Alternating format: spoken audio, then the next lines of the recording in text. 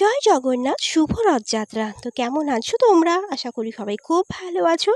তো ভ্লগের শুরুতেই তোমাদেরকে আমি জানাচ্ছি রথযাত্রার শুভেচ্ছা। এই দেখো সোহমের সাথে আমি এখন যাচ্ছি।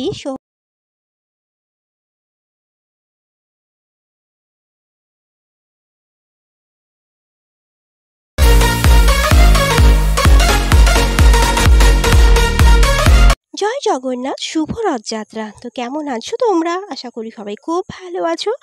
তো ভ্লগের শুরুতেই তোমাদেরকে আমি জানাচ্ছি রথযাত্রার শুভেচ্ছা। তো এই রথ টানা দেখে তোমাদের কার কার ছোটোবেলার কথা মনে পড়লে একটু বলো তো।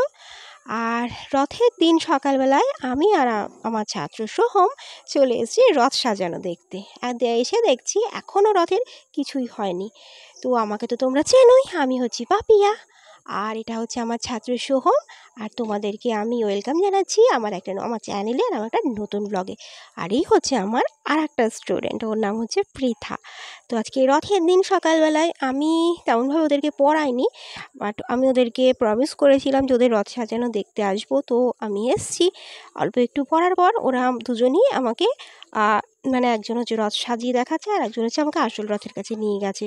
তারপর কিছু এদিক ওদিক করে বা ভালো করে পোজ দিয়ে ফটো তুলেছে। ফটো তোলার পর আমাকে ও রথটা দেখাচ্ছে যে ও রথটা দেখো কীরকম করে সাজিয়েছে। তো ফটো তুলতে বেশ ভালোবাসে বাচ্চারা, ওরা দুজনেই অনেক ছোটো, 4-এ পড়ে। তো এইভাবে হচ্ছে ও রথটাকে সুন্দর করে সাজিয়েছে ফুল টুল দিয়ে। বিকেলবেলা আরও সাজাবে। তো আমাকে দেখাচ্ছিল, তো আমি তো আর বিকেলে যাবো না, তাই দেখো এখানে কি সুন্দর রথযাত্রা লিখেছে, একটা ঘন্টা লাগিয়েছে। আর ওদের দেখলে না কীরকম একটা ছোটোবেলার কথা মনে পড়ে না, যে ছোটোবেলায় এরকম রথ টানা হতো বিকেলবেলায়, তখন আর একটা আলাদা ভাইবস ছিল। যদিও এখন অনেকটা কমে গেছে, তবু ঠিক আছে। অনেক স্টুডেন্টরা থাকলেও এই সোহম আর পৃথা এরা হয়তো দুজনে একটু বেশি ফ্রেন্ডলি। তো এদের দুজনের সাথেই আমি আর কি ঘুরে বেড়াচ্ছি। এই দেখো সোহমের সাথে আমি এখন যাচ্ছি সোহমদের পাড়ার রথ সাজানো দেখতে। আমি তো বলেছিলাম এর আগে আমাদের চাকদায় 3টে রথ হয়, তাই একটা রথ হয় সোহমদের পাড়াতেই। তো দেখো আমরা যাচ্ছিলাম, মানে এই সময়টা প্রতি বছর দেখি রথটা খানিকটা টেনে আনে, কিন্তু এবছর গিয়ে দেখছি রথটা বেরই করেনি। তো যাই হোক, আমরা যখন গেলাম তখন দেখলাম সবই রথটাকে সুন্দর করে সাজানো হচ্ছে। আর ওই যে রথের মাথায় জগন্নাথ দেবের মূর্তি রয়েছে, তাতে পুজো করা হয়েছে, মানে একটু পরেই রথটা বের করবে। কিন্তু আজকে আমার দুপুরে একটা ইনভিটেশন ছিল, যে কারণে আর পরে আর আসা হয়নি। তো যাই হোক, এখান থেকেই রথ সাজানো দেখে একটু প্রণাম করে চলে এসেছিলাম। আর আকাশটা না খুব সুন্দর লাগছিল, আকাশটা খুব সুন্দর ছিল। হ্যাঁ, পরের দিকে হয়তো একটু বৃষ্টি হয়েছিল, বাট সকালের ওয়েদারটা খুব ভালো লাগছিল। আর রথের দিনও ওয়েদারটা ভালো থাকলে না মনটাও ভালো থাকে। আর আমরা তারপরে রথটা দেখে আমরা চলে আসছিলাম, কারণ আমাকেও বেরোতে হতো। তা আমি আর সোহম এইভাবে হাঁটছিলাম আর আকাশটা দেখছিলাম। আর এখানে না প্রচুর গান হচ্ছিলো, যে কারণে আমি তো মানে মিউট করে দিয়েছি আর কি। এই সন্ধেবেলায় না ঠিক এই রাস্তা দিয়ে আর হাঁটার মতন থাকবে না, সন্ধেবেলাটা ডেফিনেটলি দেখাবো। আর তারপর সোহমকে একটা আইসক্রিমের দোকানে এনে আইসক্রিম রথের সকালটা কিন্তু আমার বেশ ভালোই কাটলো। আর অলরেডি আমি দেখছি রাস্তার দুপাশের যে দোকানগুলো বসতে শুরু করে দিয়েছে, আর কিছু কিছু দোকান খোলাও রয়েছে।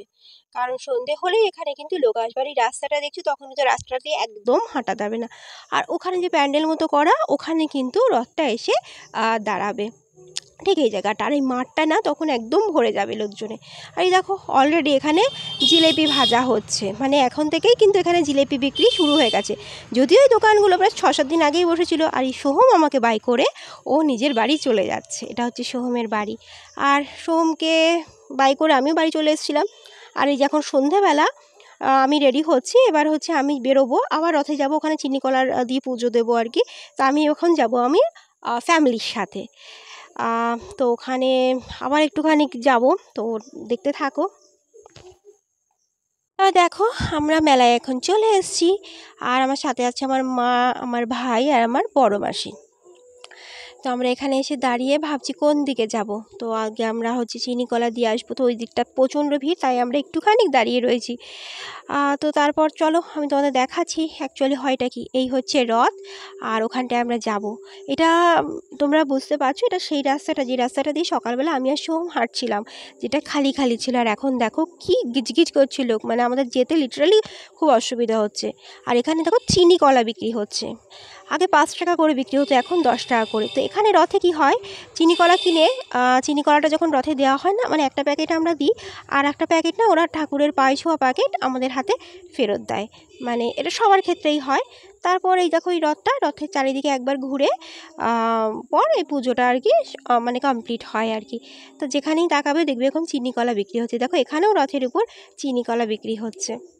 আর দেখো রথটা রাত্রিবেলা সাজার পর কি সুন্দর লাগছে না? আর যেখানে ছিল ওখান থেকে কিন্তু রথটাকে খানিকটা টেনে নিয়ে আসা হয়েছে। আর এই দেখো যত রাত বাড়ছে ভিড় যেন ততই বাড়ছে। আর কি সুন্দর লাগছে রথটাকে।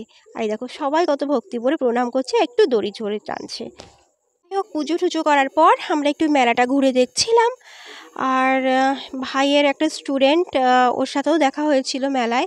তো এত ভিড় ছিল না কি ঠিকঠাক করে দাঁড়িয়ে ক্লিপগুলো নিতে পারছিলাম না। আর প্রতি বছর না রাস্তা এখানে ব্লক করে দেওয়া হয়, মানে গাড়ি ঠাড়ি চলতে দেওয়া হয় না, কিন্তু এবছর সেরকম কিছু হয়নি। আর শুধু ফুচকার দোকানের ভিড়টা একটু দেখো তোমরা।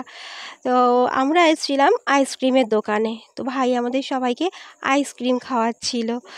আর সব যেখানেই যাচ্ছিলাম সেখানেই লাইন। তো তারপর যাই হোক আমরা এভাবে মেলাটা কিছুক্ষণ ঘুরছিলাম। আর মানে এমনি মানে দাঁড়ানো যাচ্ছিল না, এত ভিড় না। আর তার উপর ভ্যান ট্যানগুলো পাশ থেকে যাচ্ছিলো, টোটোগুলো যাচ্ছিলো। আর এই দেখো মেলা মানেই হচ্ছে জিলেপি, তো এখানেও কিন্তু গরম গরম জিলেপি ভাজা হচ্ছিলো। আর আমি আইসক্রিম খাচ্ছিলাম, আর মা আর ভাই ওকে বাড়ির জন্য কিছু জিলেপি টিলেপি কিনছিল আর কি। তো তারপর আর কি এরপর আমরা আস্তে আস্তে বাড়ি চলে এলাম, কারণ আমি দুপুরবেলায় ইনভিটেশন ছিল আর কি, টায়ার্ড হয়ে গেছে। সকালবেলা তো দেখলাম আমি তোমাদেরকে প্রচুর ঘোরাঘুরি করেছি। তো ব্লগটা তোমাদের কীরকম লাগলো বলো, একদম সকাল থেকে সন্ধে অবধি। আর আজকে আমি এতটাই টায়ার্ড হয়ে গেছি যে বাড়ি গিয়েই কিন্তু ঘুমিয়ে পড়বো। তো ব্লগটা ভালো লাগলে অবশ্যই একটা লাইক কমেন্ট করো, নতুন হলে চ্যানেলটাকে একটু সাপোর্ট করো প্লিজ। আর এটা কিন্তু আমার একদম নতুন চ্যানেল, তোমাদেরকে আগেও বলেছি। আর এই দেখো সেই চিনি কলা যেটা পুজো দিয়ে নিয়ে এসেছি, তো চলো তোমাদের সামনে এটা ওপেন করে দেখাচ্ছি অ্যাকচুয়ালি এটা কীরকম হয়। এই হচ্ছে মানে ইয়ে খানিকটা ফুল বেলপাতা এটা দিয়ে পুজো দেওয়া হয় আর কি ঠাকুরের পায়ে, আর একটা কলা আর একটুখানি চিনি, এটা হচ্ছে ঠাকুরের প্রসাদ।